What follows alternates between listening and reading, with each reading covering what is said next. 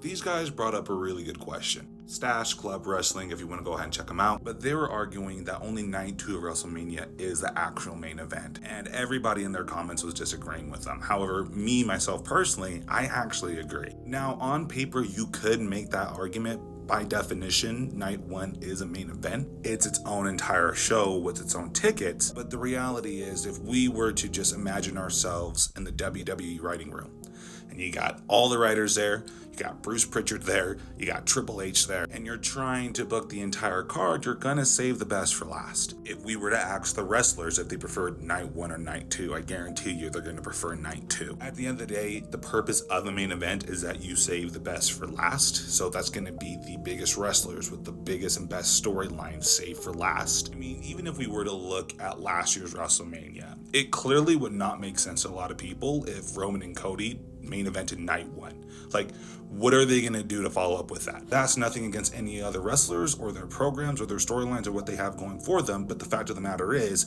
these two are the biggest stars with the hottest storyline fighting for a world championship.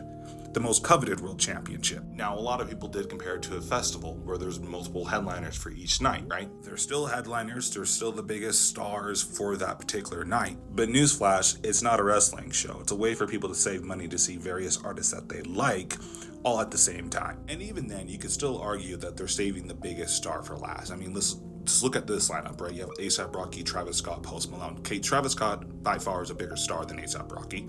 And then you could even argue that Post Malone's a bigger star than Travis Scott. Now, I know a lot of people aren't going to like to hear that or agree with that, but I'm sure that when it came to the promoters, they were thinking to themselves, okay, if we're going to sell these packages, if we're going to sell these 3-day tickets, how are we going to incentivize people to stay for the 3rd day? Again, the whole purpose of a main event is that you're trying to get people to stay till the end. Now, I will say this, as long as we keep the 2-night structure, most likely than not, there are going to be times where night 1 is going to be better than night 2. That just tends to happen sometimes. Sometimes the best match of the night isn't even the main event, right? Like WrestleMania 18, Rock versus Hogan, right? People consider that the actual main event when it really wasn't. Or Taker versus Shawn at WrestleMania 25.